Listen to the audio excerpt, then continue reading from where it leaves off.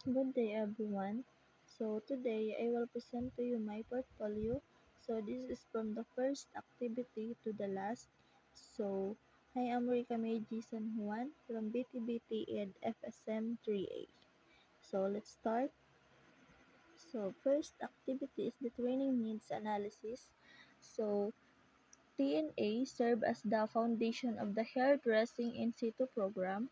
It is conducted to identify the trainees' existing skills, knowledge, and areas that need to improve.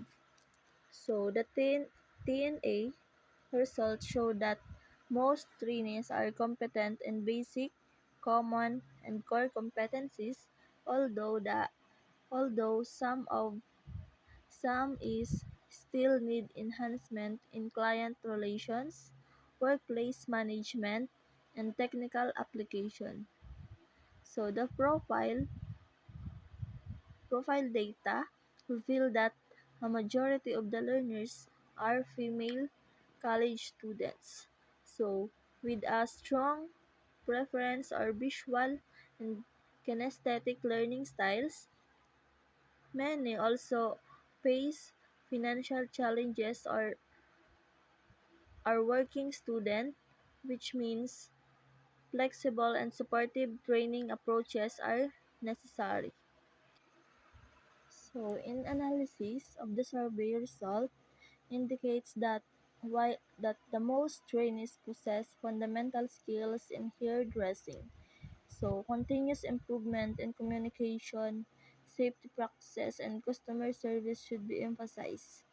So the conclusion and recommendation of the TNA guide, so the development of the training plan, ensuring that the learning programs responds effectively to the trainees' needs. So next activity is the training plan. So training plan which serve as a blueprint for the entire hairdressing course. It outlines the specific competencies to develop and activities to be undertaken. So the duration of training,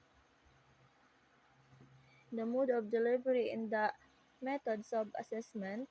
So the plan integrates that three main areas of competency, the basic, common, and core. Under the basic competencies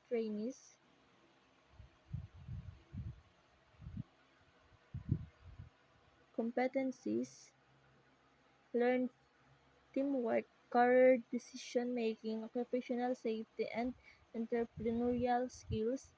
The communication competencies over maintaining client relationship and applying quality standards, while the core competencies focus on technical hairdressing skills such as hair cutting, coloring, perming, bleaching, and hair treatment. So various instructional strategies are employed, including lectures, discussions, demonstration, role-playing, and hands-on practice. So the training plan ensures that every learning activity contributes to skill mastery, professionalism, and readiness for workplace application.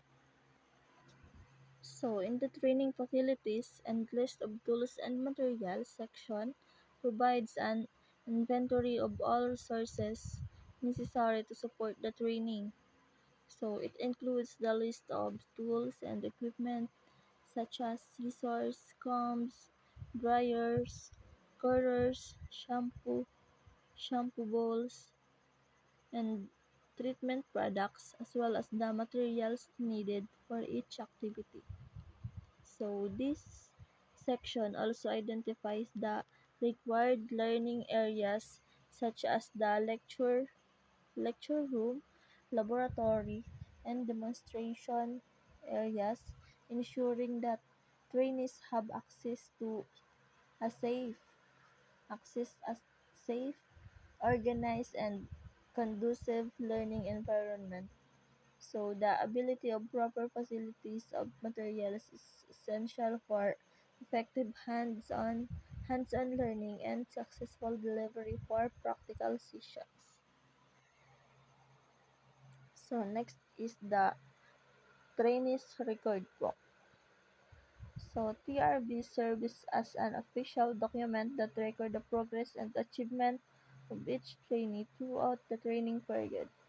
It contains personal information, duration of the training, and the list of competencies to be accomplished.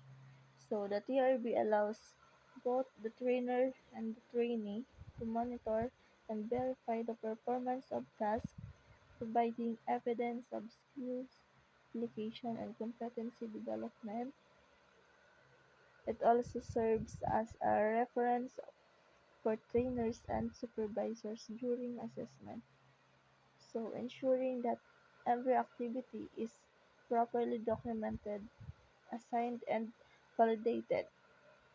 So TRB plays an important role in linking the school missions and visions to the actual training process and reinforcing the institution's goal of producing competent and professional graduates. So the last but not the least is the trainee's progress sheet. So it provides a detailed summary of each trainee's performance and completion of activities. So it lists all competencies under basic, common, and core areas, along with their corresponding duration, completion dates, and assessment result. Each competency is evaluated and marked as competent or not yet competent, giving both the trainee and trainer a clear view of progress and areas that may require further improvement. So the progress sheet also help ensure that all learning outcomes are achieved within the required number of training hours. So it reflects not only technical mastery but also growth in professionalism, workplace safety awareness, and client-centered service. So this portfolio presents a complete and systematic process of competency-based training in hairdressing in situ. So that's all. Thank you.